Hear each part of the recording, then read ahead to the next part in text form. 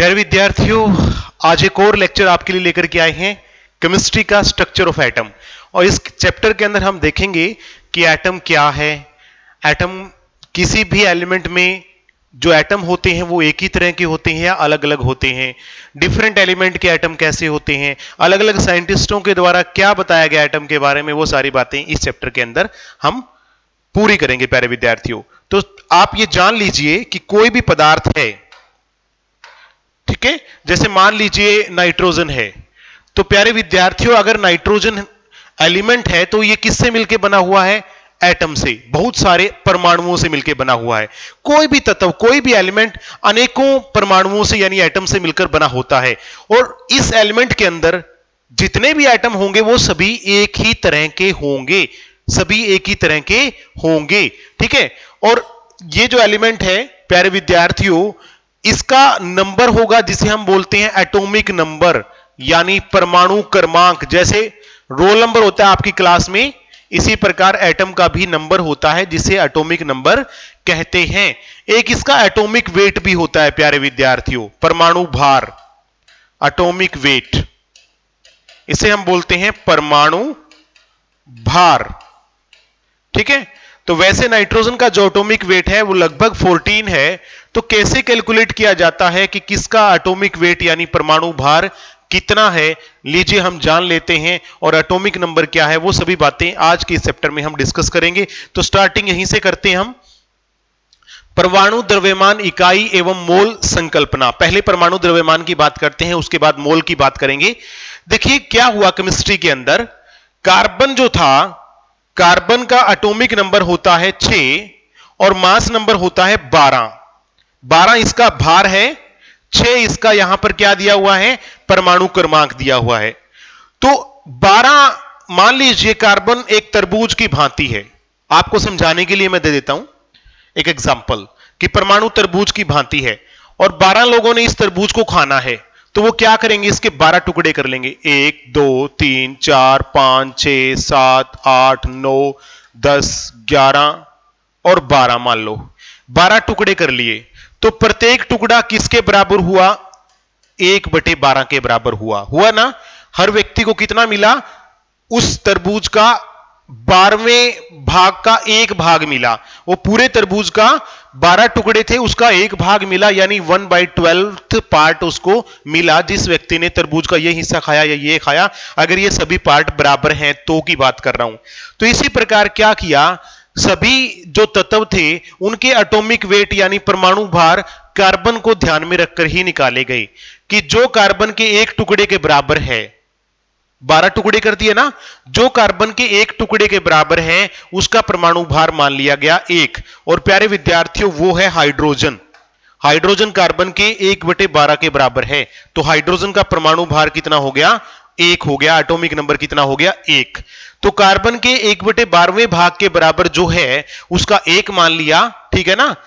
इसी प्रकार कार्बन से अगर ये सारे के सारे 12 भाग हैं, इससे 1 भाग अगर ज्यादा है तो उसका 13 मान लिया।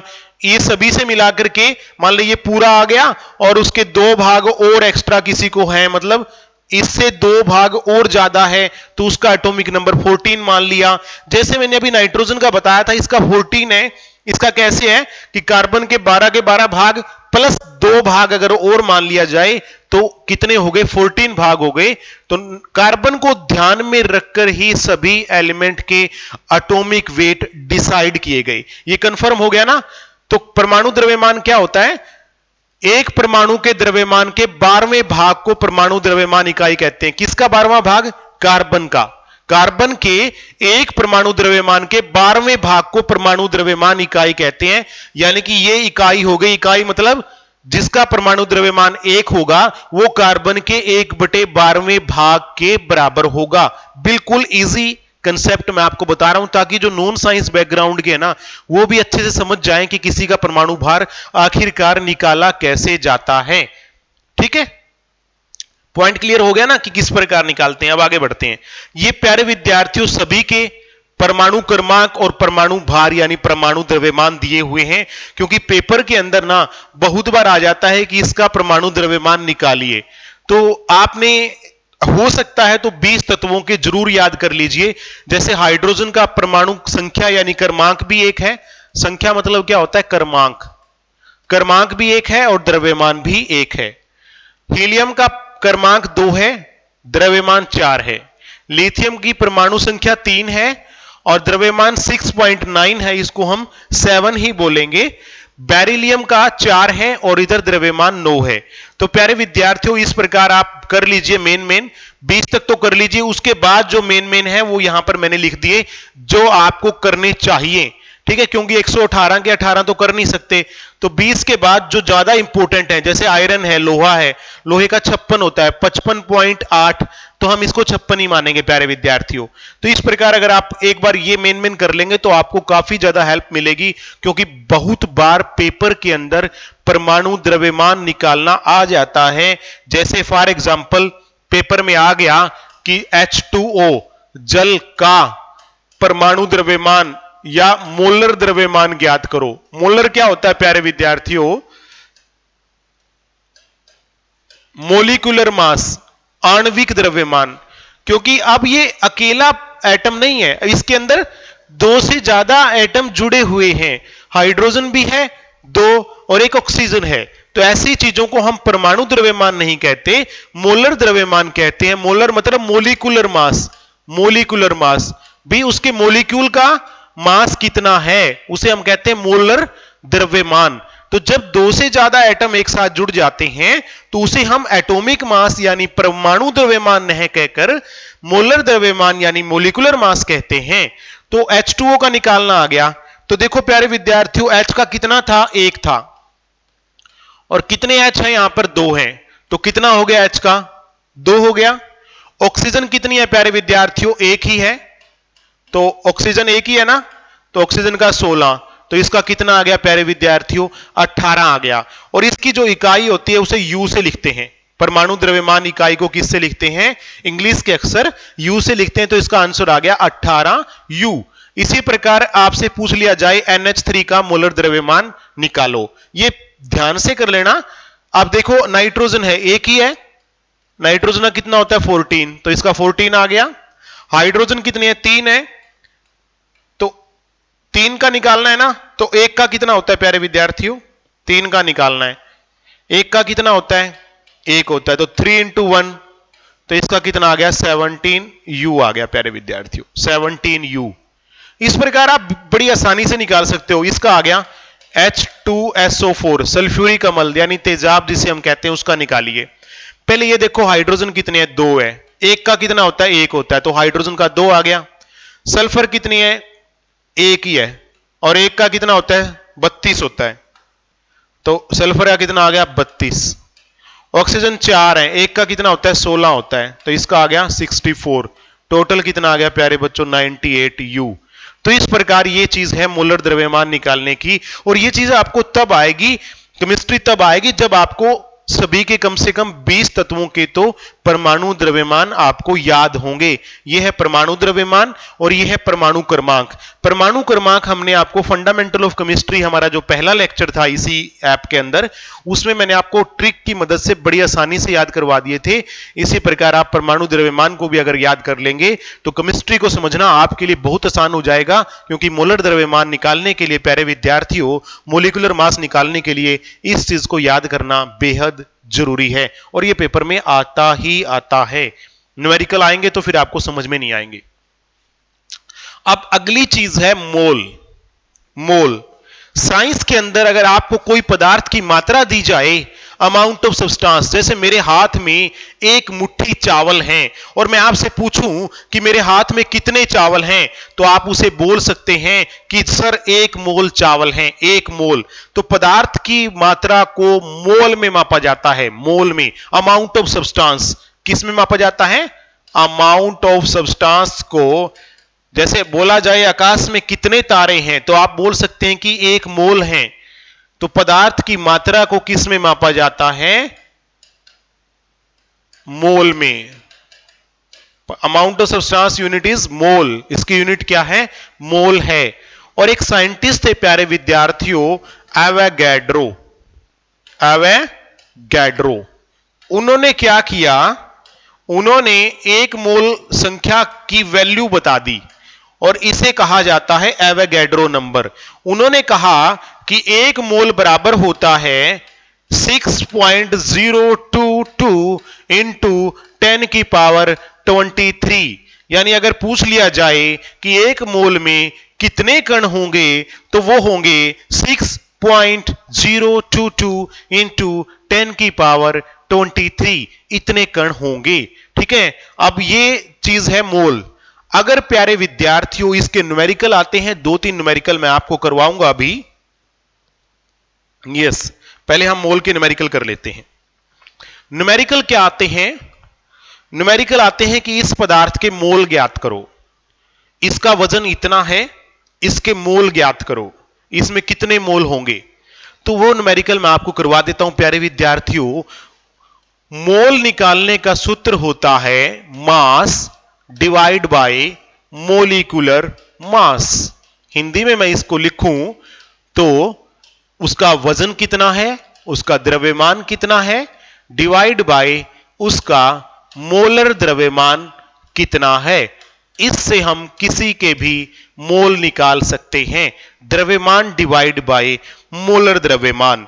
मोलर द्रव्यमान मैंने अभी आपको निकालना सिखाया प्यारे विद्यार्थियों कि किस प्रकार हम, अगर सभी के द्रव्यमान पता हो तो उन द्रव्यमानों को जोड़कर हम किसी का भी मोलर द्रव्यमान निकाल सकते हैं। तो अब ये हमारी चीजें किस प्रकार से न्यूमेरिकल में काम आती हैं। इस प्रकार का अगर क्वेश्चन आता है कि देखिए 20 ग्राम जल, हालांकि जल को लीटर में भी माप सकते हैं और ग्राम में भी, क्योंकि जल की 3 अवस्थाएं होती हैं, सॉलिड, लिक्विड और गैस। सॉलिड जब होती है तो बर्फ के रूप में होता है, गैस होता है तो वाष्प के रूप में होता है।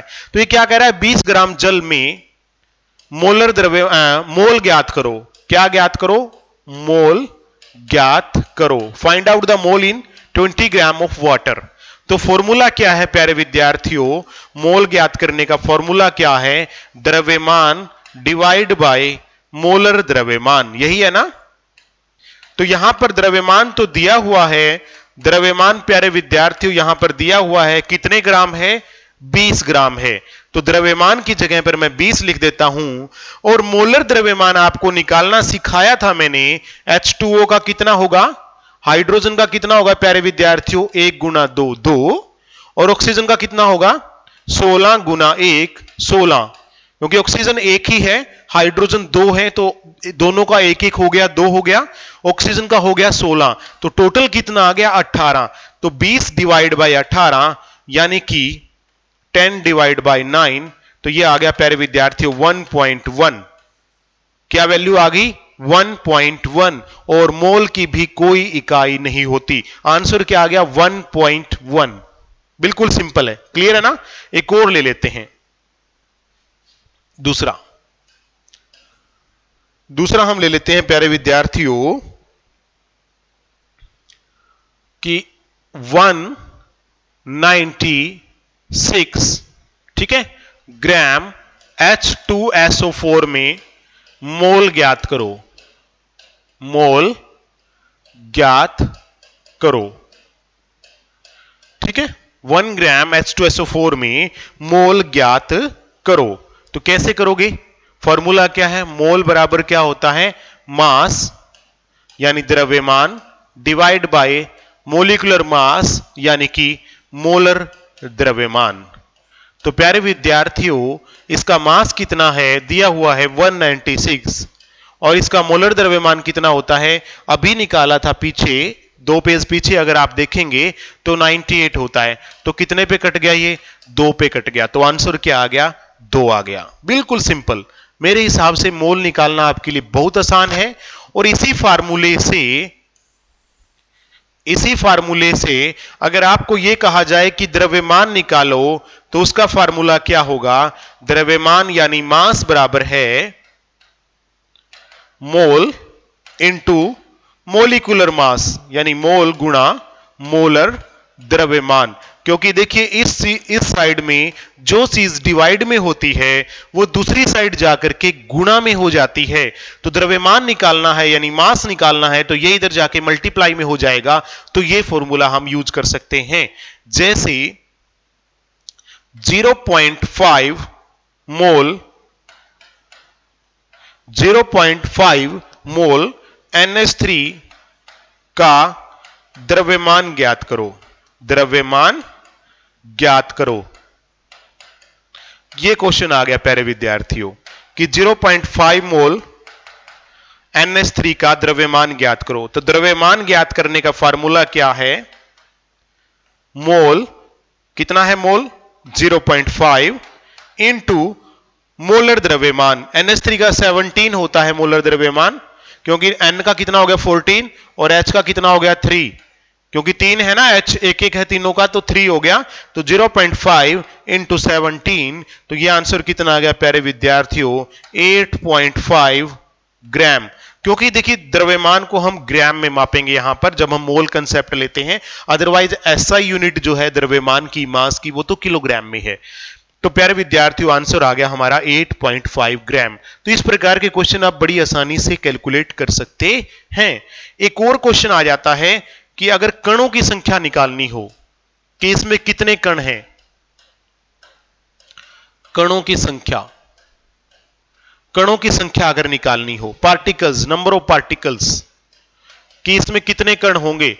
जैसे आपसे बोल दिया जाए कि आपके पास ना एक कटोरी वो है, सैंड है, सैंड यानी मिट्टी है, रेत है, इसमें कितने कण होंगे।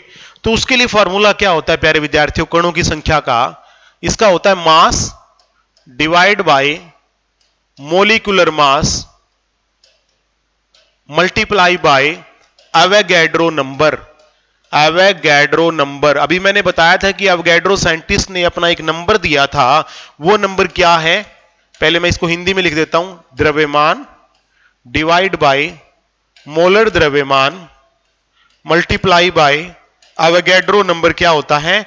6.022 इंटू 10 की पावर 23। ये होता है एवोगैड्रो नंबर, 6.022 इंटू 10 की पावर 23। तो इस प्रकार से अगर आप कणों की संख्या निकालनी है तो बड़ी आसानी से निकाल सकते हैं। जैसे मैं अभी आपको बताता हूं,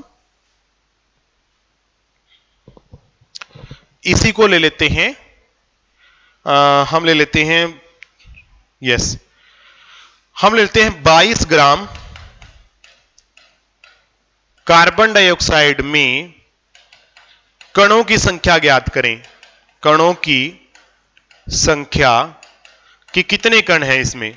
अब कणों की संख्या ज्ञात करना सबसे मुश्किल होता है, लेकिन उसका भी तरीका है, हमारे पास फार्मूला है। वो क्या है प्यारे विद्यार्थियों? द्रव्यमान डिवाइड बाय मोलर द्रव्यमान। द्रव्यमान यहां पर दिया हुआ है 22 ग्राम, मैं यहां पर 22 लिख देता हूं। CO2 का मोलर द्रव्यमान C का होता है 12, ऑक्सीजन है, ऑक्सीजन का 16 होता है, 16 गुणा 2, तो कितना हो गया? 32 और 12 44 हो गया। तो यहां पर 44 लिख लेते हैं, इसकी मल्टीप्लाई कर देते हैं 6.022 इंटू 10 की पावर 23 से। ये कट गया 2 पे, ये भी कट गया प्यारे विद्यार्थियों, 2 पे कट गया, 3.011 आ गया। तो आंसर आ गया 3.011 इंटू 10 की पावर 23 कण उसमें पाए जाएंगे। बिल्कुल सिंपल है कि इससे मल्टीप्लाई कर देना है आपने 6.022, यानी जिसे एवोगैड्रो ने एक नंबर दिया था कि अगर हमें कणों की संख्या निकालनी है तो मोल को इससे गुणा कर दो। मोल क्या होता है? द्रव्यमान डिवाइड बाय मोलर द्रव्यमान, इसको हम मोल बोलते हैं। बताया था ना मैंने आपको, मोल क्या होता है? द्रव्यमान बाय मोलर द्रव्यमान, यानी मास बाय मोलर मास। तो मोल को एवोगैड्रो संख्या से मल्टीप्लाई कर दो तो आप क्या निकाल सकते हैं? कणों की संख्या निकाल सकते हैं। मोल क्या होता है उसको हमने खोल लिया, मोल को, मोल होता है द्रव्यमान बाय मोलर द्रव्यमान, तो इसको ओपन कर लिया मोल को। तो उस प्रकार से हम बड़ी इजीली कैलकुलेशन करके कणों की संख्या को निकाल सकते हैं। ठीक है, मेरे हिसाब से सभी बच्चों को यह चीज कंफर्म हो गई होगी। आगे बढ़ जाते हैं। अब देखिए जॉन डाल्टन। जॉन डाल्टन वो पहले शख्स थे जिन्होंने परमाणु का सिद्धांत दिया था कि परमाणु आखिरकार होता कैसे है। तो इन्होंने क्या कहा था प्यारे विद्यार्थियों? इन्होंने कहा था कि all elements are made up of atom, कि सभी तत्व, ऑल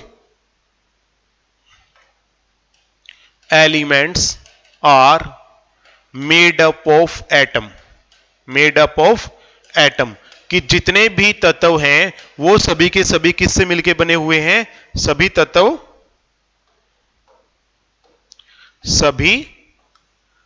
तत्व किससे मिलके बने हुए हैं? परमाणुओं से मिलके बने हुए हैं। ये सबसे पहले किसने बताया था? जॉन डाल्टन ने। कब बताया था? 1803 ईस्वी में से मिलकर बने हुए हैं। और इन्होंने क्या कहा था कि किसी भी तत्व में जितने भी एटम होते हैं वो सभी एक जैसे होते हैं। जैसे कार्बन में जितने भी एटम होंगे सभी एक जैसे होंगे, नाइट्रोजन में जितने भी एटम होंगे सभी एक जैसे होंगे, लेकिन कार्बन के एटम नाइट्रोजन जैसे नहीं होंगे, यानी अलग अलग एलिमेंट के एटम एक जैसे नहीं होते। तो दूसरा पॉइंट क्या कहा था? Atoms of same element are same. Atoms of, जितने भी एटम होंगे, क्योंकि लाखों एटम होंगे, परमाणुओं से मिलकर बना होता है कोई भी तत्व लाखों से। Atoms of same element are identical in all respect. Identical in all respect, कि एक ही तत्व के परमाणु एक जैसे होते हैं। एक ही तत्व के परमाणु एक जैसे होते हैं, एक जैसे होते हैं, और अलग अलग तत्वों के परमाणु अलग अलग होते हैं। यह भी इन्होंने बताया था। थर्ड पॉइंट क्या कहा था? अलग अलग तत्वों के परमाणु अलग अलग होते हैं, कि आपस में वो मैच नहीं करेंगे। नाइट्रोजन के परमाणु कार्बन से मैच नहीं करेंगे, कार्बन के परमाणु सिलिकॉन से मैच नहीं करेंगे। तो अलग अलग तत्वों के परमाणु अलग अलग होते हैं, अलग अलग होते हैं। तो यह भी इन्होंने बताया था, जॉन डाल्टन ने। उसके बाद इन्होंने यह भी बताया था कि परमाणु आपस में मिलकर अगर निश्चित अनुपात में मिलकर के बने तो यौगिक का निर्माण करते हैं। वो हम बेसिक्स ऑफ केमिस्ट्री वाले लेक्चर में पढ़ चुके हैं। ठीक है। उसके बाद प्यारे विद्यार्थियों क्या हुआ? परमाणु के अंदर यह पता लग गया कि डाल्टन के बाद कि परमाणु के अंदर और भी छोटे छोटे कण होते हैं। जैसे मैंने अभी बताया भी था आपको कि परमाणु है, परमाणु के सेंटर में क्या होता है? नाभिक होता है, न्यूक्लियस होता है। उसमें पाए जाते हैं न्यूट्रॉन और प्रोटॉन, और इसके बाहर जो चक्कर लगाते हैं वो कौन होते हैं? वो होते हैं इलेक्ट्रॉन। वो कौन होते हैं? इलेक्ट्रॉन होते हैं प्यारे विद्यार्थियों। जैसे सूर्य के चारों ओर ग्रह चक्कर लगाते हैं, इसी प्रकार परमाणु के चारों ओर इलेक्ट्रॉन चक्कर लगाते हैं। इन्हें हम बोलते हैं इलेक्ट्रॉन। ठीक है। तो ये पता लग गया था बाद में कि परमाणु के अंदर तीन चीजें और होती हैं। उसके केंद्रक में तो होता है न्यूट्रॉन और प्रोटॉन, और बाहर जो चक्कर लगाते हैं वो होते हैं इलेक्ट्रॉन। तो सबसे पहले खोज हुई इलेक्ट्रॉन की, और इलेक्ट्रॉन की खोज का श्रेय जे थॉमसन को जाता है। जे थॉमसन, इन्होंने बताया था कि इलेक्ट्रॉन वो कण है जिसका द्रव्यमान लगभग शून्य होता है, लेकिन इसमें वजन नहीं होता बिल्कुल भी, पर इसके ऊपर माइनस यानी ऋण आवेश होता है। यहां पर मैंने दिखाया भी हुआ है सभी के ऊपर माइनस में। इसका मतलब क्या है कि इसके ऊपर कौन सा आवेश होता है? नेगेटिव चार्ज होता है, यानी कि ऋण आवेश होता है। खोज किसने की? थॉमसन ने, याद रखना। नेक्स्ट जो है वो है प्रोटॉन। जैसा मैंने बताया कि प्रोटॉन कहां पर होते हैं प्यारे विद्यार्थियों? प्रोटॉन और न्यूट्रॉन कहां पर होते हैं? किसी भी एटम के सेंटर में। तो यह भी मान लिया गया था कि एटम का सारा वजन सेंटर में ही है। क्यों? क्योंकि इलेक्ट्रॉन में तो वजन ना के बराबर होता है, द्रव्यमान अभी बताया था कि शून्य होता है। तो क्या हुआ? परमाणु के अंदर प्रोटॉन एक सूक्ष्म कण है जिसका द्रव्यमान हाइड्रोजन के परमाणु द्रव्यमान के बराबर होता है। तो हाइड्रोजन को इसीलिए एक नंबर दिया है क्योंकि हाइड्रोजन का वजन एक प्रोटॉन के बराबर होता है। समझ में आ गया? अब जिसका जितना वजन होगा, हाइड्रोजन से दुगुना होगा तो उसको नंबर 2 दे देंगे, हाइड्रोजन से 3 गुना होगा उसको नंबर 3 दे देंगे। तो किसी का भी परमाणु क्रमांक एक्चुअल में प्रोटॉन की संख्या ही होती है, कि उसमें जितने प्रोटॉन हैं वही उसका परमाणु क्रमांक होता है। यहां पे लिख देता हूं, प्रोटॉनों की संख्या किसको निर्धारित करती है? किसी के भी परमाणु संख्या या परमाणु क्रमांक को। परमाणु संख्या या इसको क्रमांक भी बोल देते हैं, परमाणु क्रमांक। वो प्रोटॉनों की संख्या से ही पता लगता है कि किसका कितना है। और इसके ऊपर धन आवेश होता है यानी पॉजिटिव चार्ज होता है, और इसकी खोज गोल्डस्टीन ने की। ई गोल्डस्टीन वैज्ञानिक थे जिन्होंने प्रोटॉन की खोज की। नेक्स्ट, उसके बाद जो तीसरी चीज है वो है न्यूट्रॉन। और प्यारे विद्यार्थियों, न्यूट्रॉन के ऊपर कोई आवेश नहीं होता। न्यूट्रॉन के ऊपर कोई आवेश नहीं होता, यानी ये चार्जलेस होता है। न्यूट्रॉन क्या होता है? चार्जलेस, कोई आवेश नहीं, कोई आवेश नहीं होता। जैसे हम बोल देते हैं ना कि गाड़ी को न्यूट्रल में खड़ी कर दो। न्यूट्रल का मतलब क्या होता है कि गाड़ी गियर में नहीं है, ठीक है। आप गाड़ी पे कितना भी रेस दो तो वो चलेगी नहीं। तो इसीलिए न्यूट्रॉन का मतलब होता है जिसके ऊपर कोई आवेश नहीं होता। और प्यारे विद्यार्थियों, इनकी खोज 1932 में जेम्स चैडविक ने की थी। James Chadwick, neutron. और ये कहां पर होते हैं? न्यूक्लियस के अंदर। लगभग प्रोटॉन के बराबर इनका वजन होता है, थोड़ा बहुत कम ज्यादा हो सकता होगा लेकिन लगभग बराबर ही होता है प्यारे विद्यार्थियों। नेक्स्ट, अब एटॉमिक मॉडल कर रहे हैं हम कि परमाणु के बारे में किसने क्या क्या बताया, कैसा दिखता है परमाणु। सबसे पहले बात आई जे थॉमसन की। जे थॉमसन या टॉमसन भी बोल देते हैं इसको। इन्होंने बताया कि परमाणु तो तरबूज जैसा है। यह ठीक उसी प्रकार था कि जिस प्रकार अंधे से यह पूछ लिया जाए कि हाथी कैसा है, तो जो व्यक्ति हाथी के पेट को हाथ लगाएगा वो बोलेगा कि सर ये तो दीवार जैसा है। जिसने हाथी की पूंछ को पकड़ा उसने कहा कि ये तो रस्सी जैसा है। एक व्यक्ति ने क्या किया, अंधे ने हाथी के पैर को पकड़ लिया, बोले कि ये तो पेड़ जैसा है। थॉमसन ने कहा कि परमाणु तो तरबूज जैसा है कि अगर परमाणु के तरबूज के बाहर वाले छिलके को प्यारे विद्यार्थियों पॉजिटिव चार्ज मान लिया जाए, बाहर का छिलका और अंदर का लाल भाग, और इसके बीजों को नेगेटिव चार्ज मान लिया जाए यानी इलेक्ट्रॉन मान लिया जाए, तो परमाणु तरबूज या फिर केक जैसा है। जैसे केक को पॉजिटिव चार्ज मान लिया जाए और केक के अंदर पाए जाने वाले किशमिश को नेगेटिव चार्ज मान लिया जाए, तो परमाणु तरबूज या किशमिश जैसा है। ये किन्होंने कहा? थॉमसन ने कहा। यहां पर ये इन्होंने दिखाया भी अपना मॉडल की परमाणु इस प्रकार है। थॉमसन के अनुसार क्या था? थॉमसन या टॉमसन बोल देते हैं। टॉमसन के अनुसार परमाणु कैसा है? परमाणु तरबूज जैसा है। परमाणु तरबूज जैसा है। जैसे तरबूज के छिलके व लाल भाग को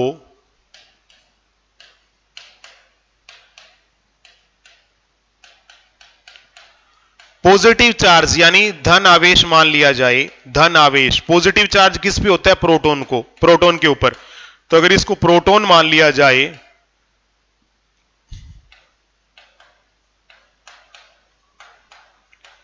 तथा इसके बीजों को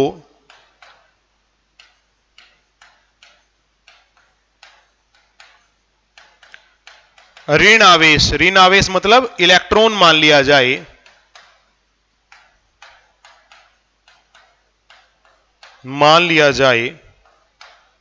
ऋण आवेश का मतलब क्या होता है प्यारे विद्यार्थियों? इलेक्ट्रॉन मान लिया जाए,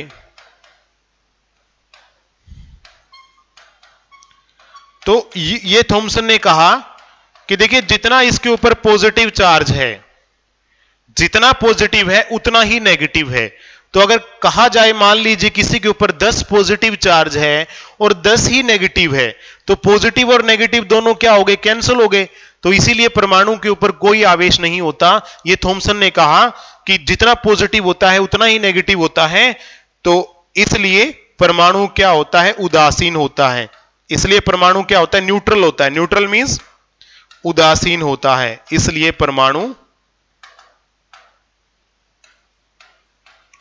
परमाणु कैसा होता है?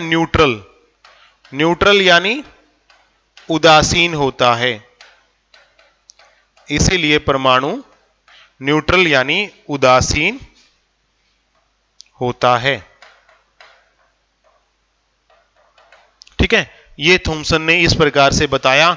हालांकि इस मॉडल को बाद में नकार दिया गया कि ऐसा बिल्कुल भी नहीं होता, और इसको नकारने वाले थे रदरफोर्ड, जेम्स रदरफोर्ड। इन्होंने क्या किया, बड़े ही मंझे हुए खिलाड़ी थे। इन्होंने क्या किया प्यारे विद्यार्थियों, एक सोने की छड़ ली और सोने की छड़ के ऊपर क्या किया, अल्फा किरणों की बौछार की। किसकी बौछार की? अल्फा किरणों की। कौन सी किरणों की? अल्फा किरणों की। इसको हम अल्फा बोलते हैं, अल्फा। अल्फा किरणों की बौछार की। तो इसने क्या देखा कि जब सोने की छड़ पर अल्फा किरणों की इसने बौछार की, छड़ किससे मिलकर बनी होगी? इसके अंदर भी एटम होंगे। कोई भी एलिमेंट है, चाहे सोना है, चांदी है, कुछ भी है, एटम से तो मिलकर बना ही हुआ है ना। तो क्या हुआ कि जब इसने अल्फा किरणों की बौछार की, ये मान लीजिए इसके एटम है, और एटम के अंदर क्या होता है? केंद्रक नाभिक अभी बताया था, जिसमें प्रोटॉन और न्यूट्रॉन होते हैं। बिल्कुल सेंटर में होता है इसके, यहां पर। ठीक है,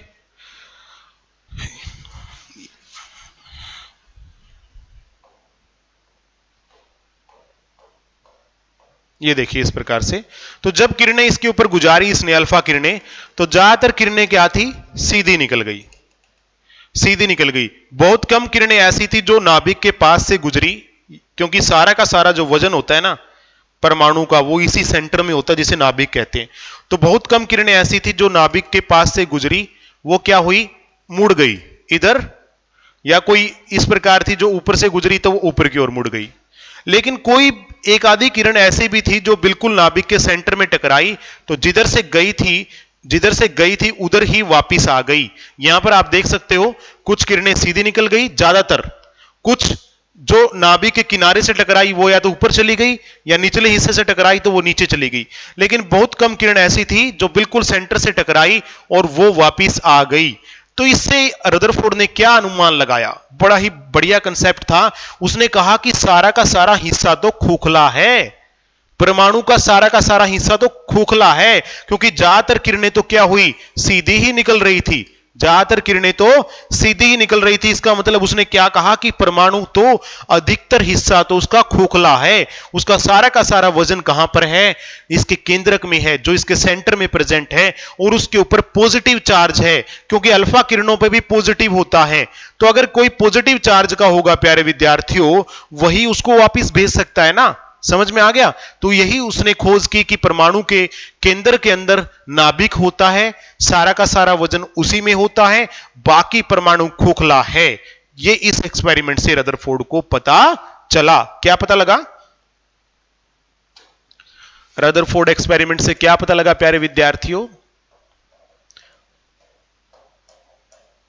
कंक्लूजन क्या निकले, इसके रिजल्ट क्या निकले? रदरफोर्ड ने बताया, क्या बताया? रदरफोर्ड ने बताया, क्या बताया? कि परमाणु का अधिकतर भाग खोखला है, क्योंकि ज्यादातर किरणें उसकी परमाणु में से सीधी ही निकल गई। अगर खोखला नहीं होता तो सीधी कैसे निकलती? परमाणु का अधिकतर भाग, परमाणु का अधिकतर भाग क्या बताया उसने? खोखला है। फिर क्या बताया? दूसरा पॉइंट रदरफोर्ड ने यह बताया कि परमाणु का जो सारा का सारा द्रव्यमान है, परमाणु का द्रव्यमान इसके नाभिक में होता है, इसके नाभिक, नाभिक यानी न्यूक्लियस, नाभिक में होता है। क्यों, कैसे पता लगा? क्योंकि यहीं से किरणें या तो टकरा करके इधर उधर चली गई थी या वापिस आ गई थी। तो इसी से इसने अनुमान लगाया कि इसका सारा का सारा द्रव्यमान इसके नाभिक में होता है।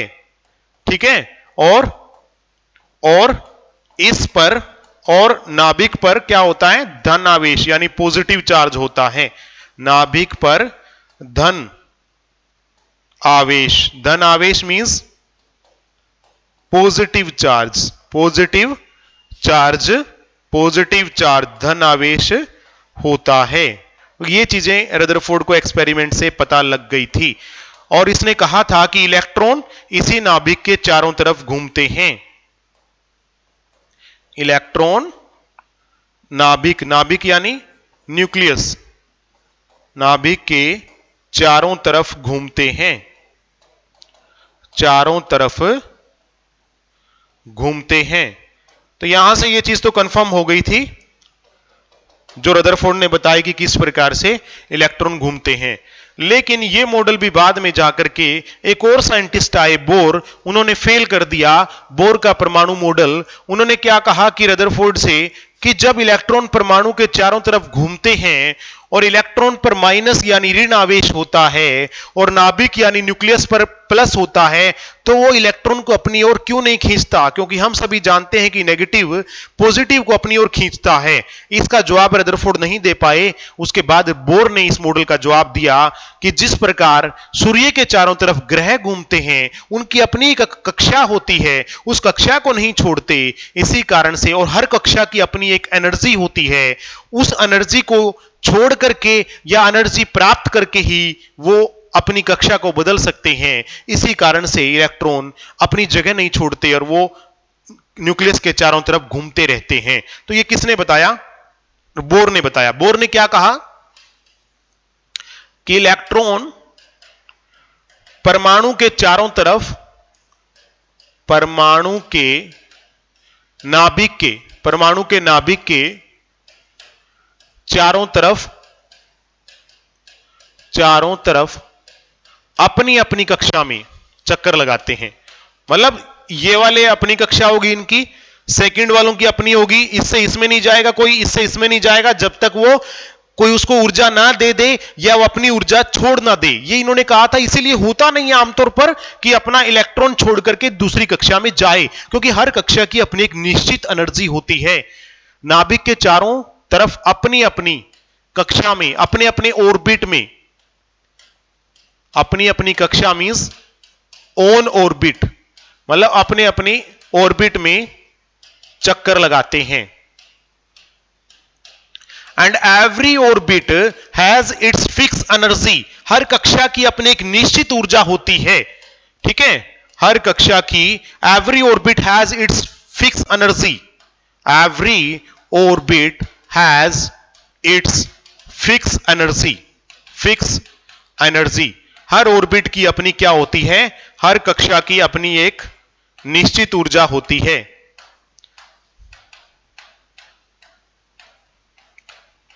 निश्चित ऊर्जा होती है। इसी कारण से बिना ऊर्जा को लिए या बिना ऊर्जा को छोड़े वो अपने कक्षा दूसरे में जा ही नहीं सकता। इसीलिए अपनी अपनी कक्षा में ही वो चक्कर लगाते हैं। और इसने कहा था कि किस कक्षा में कितने इलेक्ट्रॉन, तो उसके लिए फॉर्मूला दिया था इसने। फॉर्मूला क्या दिया था? 2n square, 2n square, 2n square formula दिया था इलेक्ट्रॉन के लिए। किसके लिए दिया था ये? इलेक्ट्रॉन के लिए। कि अगर पहली कक्षा में पूछ लिया जाए फर्स्ट ऑर्बिट में कि पहली कक्षा में कितने इलेक्ट्रॉन होंगे, ये पहली कक्षा है, तो n की वैल्यू क्या होगी? पहली ना, तो 1 हो गया। 2 इंटू 1 का स्क्वायर यानी 2 इलेक्ट्रॉन होंगे। दूसरी कक्षा में पूछ लिया जाए तो n की वैल्यू कितनी होगी? दूसरी में 2 हो गई। 2 इंटू 2 का स्क्वायर यानी कि 8 इलेक्ट्रॉन होंगे। तीसरी में कितने होंगे प्यारे विद्यार्थियों? थर्ड ऑर्बिट में, थर्ड ऑर्बिट यानी तीसरी कक्षा में कितने होंगे? 2 इंटू 3 का स्क्वायर, n की वैल्यू 3 हो गई, तो 9 दूनी 18 इलेक्ट्रॉन होंगे। तो इस प्रकार इसने कक्षा को नाम दिया था। पहली कक्षा को K, दूसरी को L, ABCD की बजाय इसने KLMN दिया, KL, तीसरी को M और चौथी को N। तो चौथी कक्षा में कितने इलेक्ट्रॉन होंगे? तो प्यारे विद्यार्थियों 2 इंटू 4 का स्क्वायर यानी कि 32 इलेक्ट्रॉन होंगे। तो ये बोर ने पूरा कंसेप्ट दे दिया था इलेक्ट्रॉन का कि हर ऑर्बिट में कितने कितने इलेक्ट्रॉन होंगे। और ये इलेक्ट्रॉन एक कक्षा से एक ऑर्बिट से दूसरे में क्यों नहीं जा सकते? क्योंकि इनकी अपनी एक फिक्स एनर्जी होती है हर एक ऑर्बिट की। जब तक वो कोई एनर्जी को ना ले ले या अपनी एनर्जी में से ना छोड़ दे, वो अपनी ऑर्बिट को यानी अपनी कक्षा को नहीं छोड़ सकता। तो ये बोर का कंसेप्ट था। नेक्स्ट पे चलते हैं प्यारे विद्यार्थियों। अब परमाणु संख्या क्या होती है? वैसे मैं अनेक बार बता चुका हूं आपको कि जो प्रोटोनों की संख्या होती है, प्रोटोनों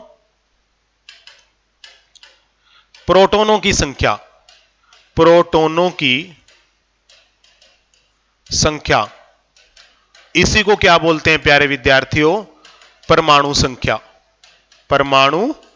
संख्या कि किसमें कितने प्रोटॉन हैं, उसे बोलते हैं परमाणु संख्या। और इसे इंग्लिश के अक्सर जेड से लिखते हैं, इसे जेड से लिखते हैं, जेड से। जैसे यहां पे दिखा रखा है, मान लीजिए कोई तत्व एक्स है तो उसके नीचे जेड लिख रखा हो, तो जेड क्या बताएगा? परमाणु संख्या को बताएगा। जैसे कार्बन है, कार्बन के नीचे 6 लिख रखा हो तो 6 उसकी क्या है? परमाणु संख्या है। समझ में आ गया? यहां पर ये दिखा रखा है ना 6, तो 6 क्या इसकी परमाणु संख्या है। अदरवाइज जेड का मतलब होता है प्यारे विद्यार्थियों परमाणु संख्या। दूसरा है द्रव्यमान संख्या। पहले हमने जो पढ़ा वो था परमाणु भार, अब पढ़ रहे हैं द्रव्यमान संख्या। दोनों में अंतर है। क्या अंतर है? परमाणु भार क्या था? कार्बन के 1/12वें भाग से वो कितना ज्यादा है या कम है, उसे हम कहते थे परमाणु भार, एटॉमिक वेट। द्रव्यमान संख्या क्या है? कि उसमें कितने प्रोटॉन प्लस न्यूट्रॉन है, उसे हम क्या बोलते हैं? द्रव्यमान संख्या, मास नंबर। क्या होता है ये? प्रोटॉनों की संख्या प्लस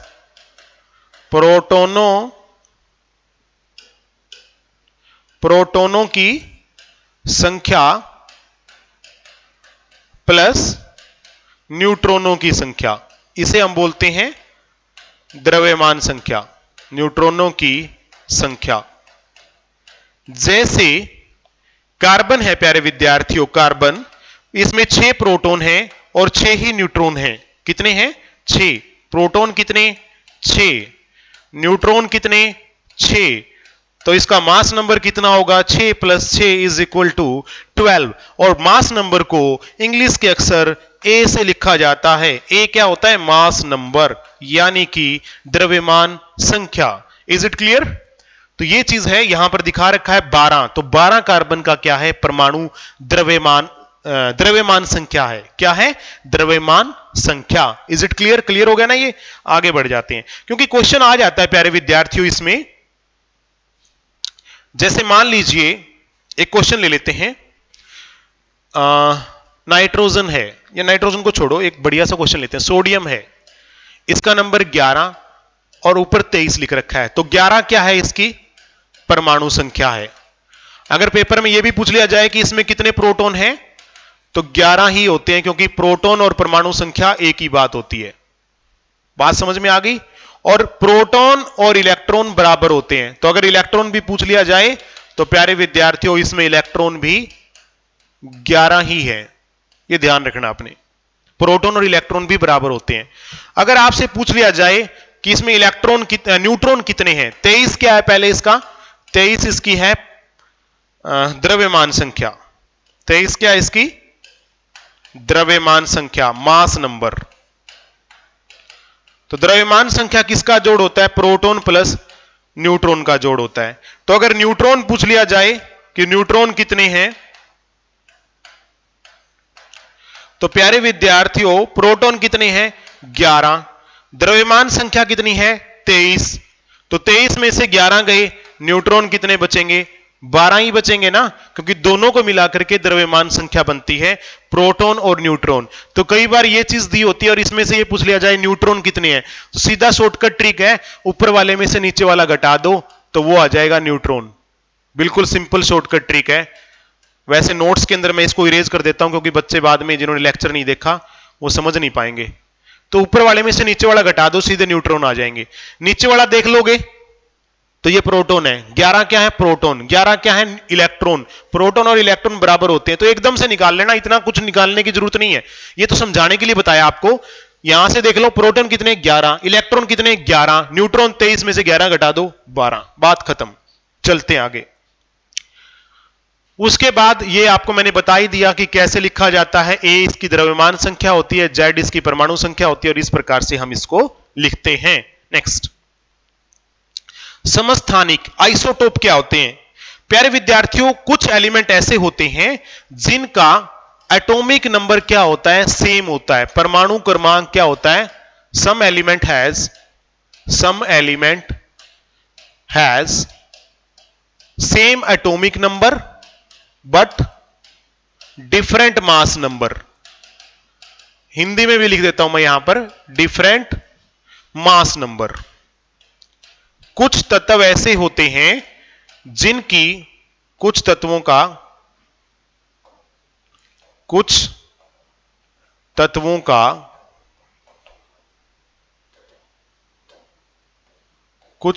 का परमाणु क्रमांक यानी परमाणु संख्या एक समान होती है,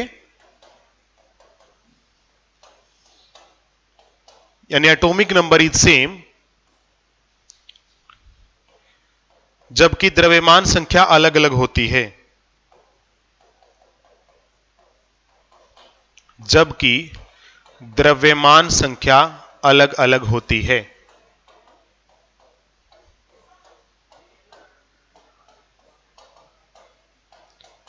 उसे हम क्या बोलते हैं? समस्थानिक या आइसोटोप। जैसे कार्बन है प्यारे विद्यार्थियों, कुछ कार्बन ऐसे हैं जिनका मास नंबर यानी द्रव्यमान संख्या 12 है, कुछ ऐसे हैं जिनकी 14 है। तो इसीलिए इनको हम क्या बोलते हैं? आइसोटोप यानी समस्थानिक। ऐसा क्यों होता है? क्योंकि देखिए इसके अंदर तो 12 में से 6 गए, कितने न्यूट्रॉन हैं? 6 न्यूट्रॉन हैं। और इसमें 14 में से 6 गए, 8 न्यूट्रॉन है। तो न्यूट्रॉन की संख्या अलग अलग होने के कारण कुछ एलिमेंट्स ऐसे होते हैं जिनका मास नंबर अलग अलग होता है, जबकि नीचे का जो एटॉमिक नंबर है, परमाणु क्रमांक है, वो एक समान होता है। इन्हें हम आइसोटोप कहते हैं। नेक्स्ट जो है वो है समभारिक। इसका उल्टा कर दीजिए, यानी सेम मास नंबर, सेम उल्टा कर दीजिए उसका, same mass number but different atomic number, उसे हम बोलते हैं समभारिक। बिल्कुल सिंपल है, उसका उल्टा कर दिया। ठीक है, सेम मास नंबर, द्रव्यमान संख्या एक समान, द्रव्यमान संख्या एक समान, जबकि परमाणु क्रमांक अलग अलग, जबकि परमाणु क्रमांक अलग अलग होता है, अलग अलग होता है। जैसे मैं एग्जांपल देता हूं आपको, एक तत्व है आर्गन, Ar, एक है कैल्शियम, इसका नंबर है 18, इसका है 20 परमाणु संख्या, लेकिन दोनों का जो भार है वो 40 होता है प्यारे विद्यार्थियों। कितना होता है? 40। तो इनको हम क्या बोलते हैं? आइसोटोप, आइसोबार्स यानी समभारिक। उसके बाद होता है आइसोटोन्स। आइसोटोन मतलब जिसके अंदर परमाणु संख्या और द्रव्यमान संख्या भिन्न भिन्न हो, लेकिन न्यूट्रॉनों की संख्या एक समान हो, न्यूट्रॉन सेम हो। जैसे यहां पर एग्जांपल दिया है फास्फोरस और सल्फर।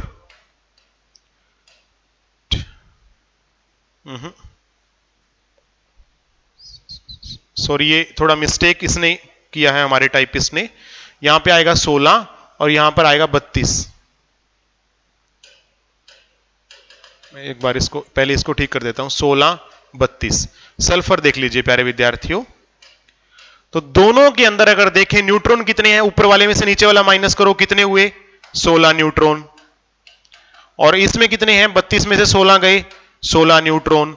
तो दोनों में ये भी अलग, ये भी अलग, परमाणु क्रमांक भी अलग, द्रव्यमान संख्या भी अलग, लेकिन न्यूट्रॉन की संख्या सेम हो तो इसे बोलते हैं आइसोटोन्स, आइसोटोन्स।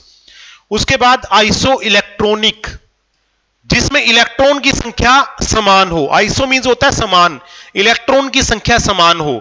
जैसे एग्जांपल देता हूं मैं आपको, सोडियम, मैग्नीशियम, एल्यूमिनियम। इसके ऊपर प्लस लगा देता हूं, इसके ऊपर 2+ और इसके ऊपर 3+। तो प्यारे विद्यार्थियों, सोडियम की परमाणु संख्या होती है 11, इसकी होती है 12, इसकी होती है 13। तो इसमें इलेक्ट्रॉन कितने हुए?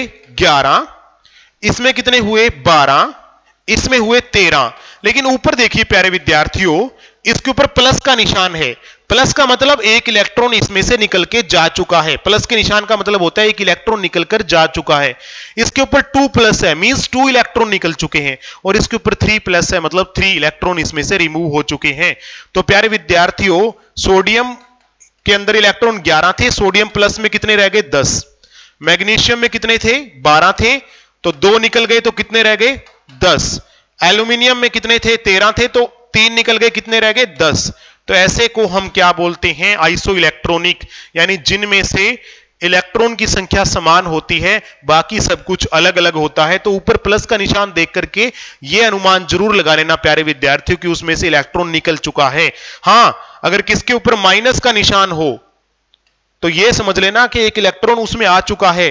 फ्लोरीन में इलेक्ट्रॉन होते हैं 9, कितने होते हैं 9, तो फ्लोरीन माइनस मतलब एक इसने ले लिया, ऋण ले लिया, तो इसके ऊपर कितने हो गए 10। तो फ्लोरीन माइनस भी 10 इलेक्ट्रॉन वाला है, एल्यूमिनियम 3 प्लस भी 10 वाला है, ये भी 10 वाला, तो ये सभी 10 वाले हैं, सभी के अंदर इलेक्ट्रॉन समान है। ऊपर देख करके आप अंदाजा लगा लेना। वैसे तो अगर कोई निशान ना हो, कोई चार्ज ना हो, तो जो नंबर होता है ना, नीचे जो नंबर दिया हुआ है वही उसमें उतने ही इलेक्ट्रॉन हैं। लेकिन अगर ऊपर प्लस का निशान हो तो इसका मतलब उसने छोड़ दिया, माइनस का हो तो ले लिया। उस हिसाब से आप प्लस माइनस करके उसमें इलेक्ट्रॉन की संख्या को कैलकुलेट कर सकते हैं, और ऐसी चीजों को हम बोलते हैं आइसो इलेक्ट्रॉनिक। तो ये कंप्लीट चैप्टर था प्यारे विद्यार्थियों स्ट्रक्चर ऑफ एटम का। तो आज के लिए इतना ही, फिर नए लेक्चर के साथ आपसे मुलाकात होगी। तब तक के लिए थैंक यू वेरी मच। जय हिंद।